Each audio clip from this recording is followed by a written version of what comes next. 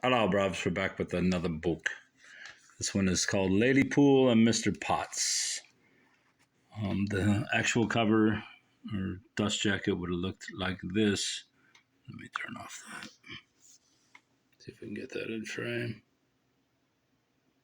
Would have looked like that. I put on the light so there is no shadow. Let's see what we got here. See, we have kittens. Lady Poole and Mr. Potts. You see the kittens everywhere. That's Lady Poole. There we have Little Growly. There's Tux. We haven't seen him in a while. Lady Poole and Mr. Potts by Irving Leitner. Illustrated by Beth and Joe Krush. Harcourt, Brace and World, Inc., New York. For Isabella. 1962. This is a first edition. Get the wide range. Mr. Potts was a master cook. He had 6 helpers and a recipe book, and he cooked for Lady Poole.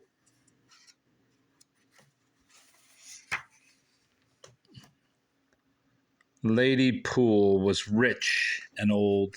She had 6 servants whom she could scold, and she always dined alone. Plus cats.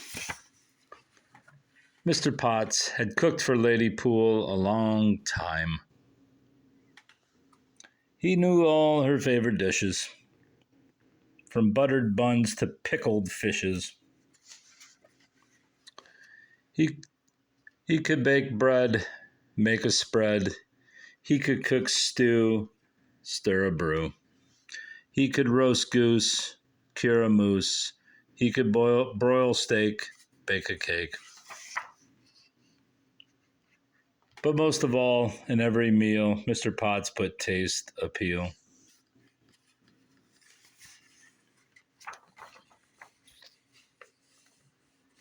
Now, Lady Poole was fond of cats, with whom she had delightful chats. She kept a dozen in the house, because just once she saw a mouse. There's that mouse.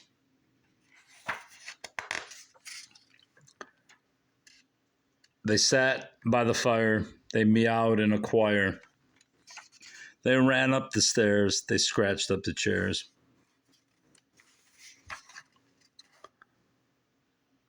They rolled on the beds. They tore up the spreads. They climbed on the doors. They pounced on the floors.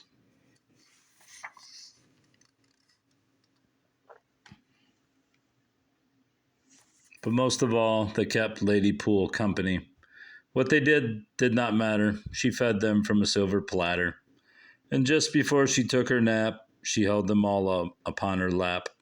For later on, she always dined alone.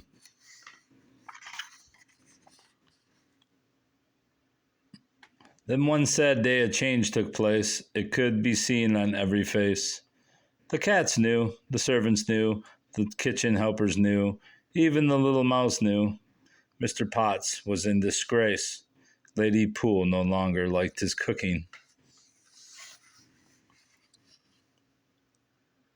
Mr. Potts, the master cook, tried all the recipes in his book. He cooked quail, boiled snail.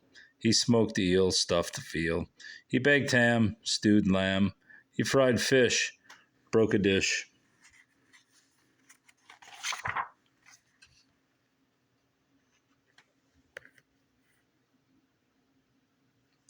He cooked each meal beyond compare, but Lady Poole just didn't care.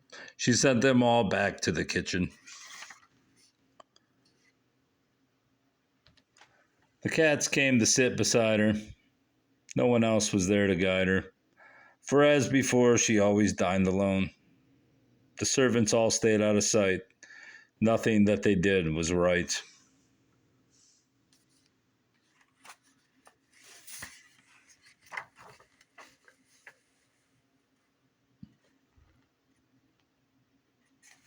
The kitchen helpers ran about, afraid to hear their master shout. Mr. Potts was all upset, as only master cooks can get. Gordon Ramsay. He felt he had to get away before he turned completely gray. He said goodbye to all the staff and gave them each his autograph, but just before he reached the door, he dropped his bags upon the floor.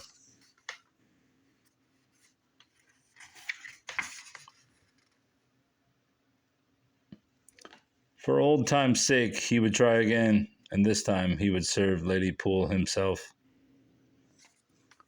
Then, using all of his cooking art, he baked a great big candy heart.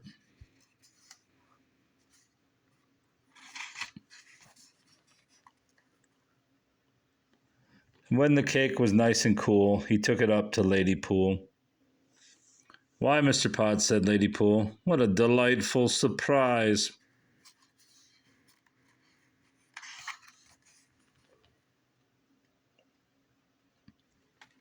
Mr. Potts bowed. All the cats meowed. "Won't you stay for tea?" said she. "I thought you always dined alone," said he.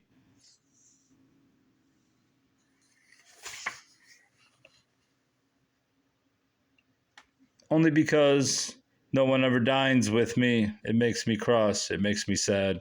It makes me think your cooking's bad."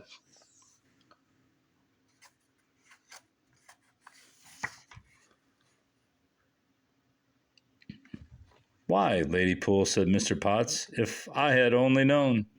"Then dine with me," said Lady Poole, "and you will see how much better things can be." So Lady Poole and Mr. Potts shared the candy heart together. Every bite was a delight. Nothing ever tasted better.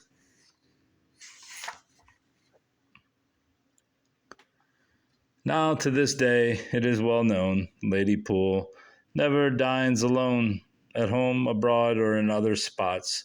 She always dines with Mr. Potts and a bunch of kittens.